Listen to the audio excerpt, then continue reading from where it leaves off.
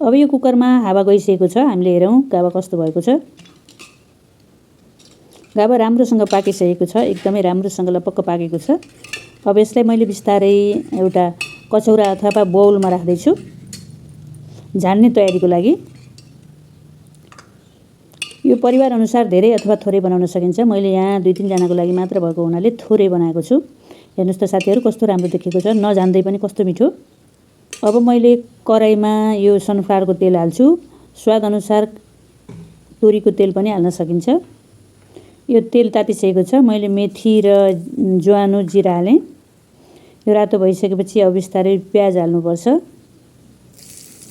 प्याजलाई राम्ररी रातो हुने गरेर चलाउने। यो रातो भइसकेको छ। अब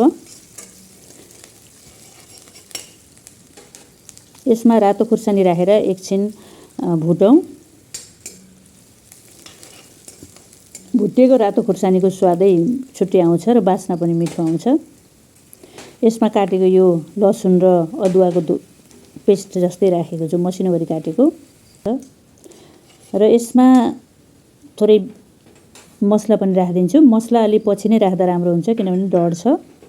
पहिला राख्यो भने डढ्ने हुनाले मैले लास्ट अन्तिमतिर राखेको छु। बेसार पनि अलिअलि भुट्यो भने गन्ध आउँदैन बेसारको। यो लगभग रातो पनि भइसकेको छ र मैले अलिकति यहाँ टिमुर पनि राखेको छु। टिमुर पनि एकदमै मिठो बास्ना आउँछ गाबामा। स्वाद अनुसार राख्नु होला साथीहरु, अनिवार्य भने छैन। अब मैले तयारी अवस्थामा रहेको यो गाबा राख्दै छु।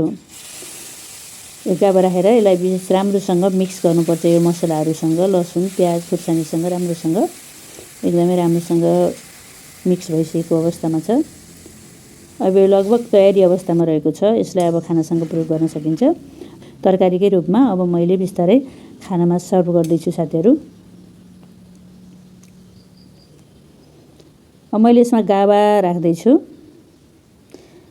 यससँग आँप पनि मिठो हुन्छ भनेर मैले चाहिँ अलिकति आँपको टुक्रा पनि काटेको छु र भागो पिसेर बनाएको प्याजको अचार पनि मैले अब यहाँ राख्दैछु। यो एकदमै मिठो हुन्छ गाबासँग खानासँग खाँदाखेरि। र यसको लागि भागो अथवा तिल पनि प्रयोग गर्न सकिन्छ। र यहाँ कागती पनि राखेको छु। यो गाबामा यो अनिवार्य नै हो कागती। हवस् त साथीहरु, आजको भिडियो तपाईहरुलाई कस्तो लाग्यो? मैले फेरि पनि यस्तै तपाईहरुलाई मिठो लाग्ने खालका खानाहरुको रेसिपी, खाना बनाउने रेसिपी लिएर आउने छु। अवश्य पनि तपाईहरुले मेरो यो च्यानललाई यदि सब्स्क्राइब गर्नुभएको छैन भने सब्स्क्राइब गर्नु होला। लाइक र मिठो कमेन्ट पनि गर्नु होला साथीहरु। हवस् त, धन्यवाद।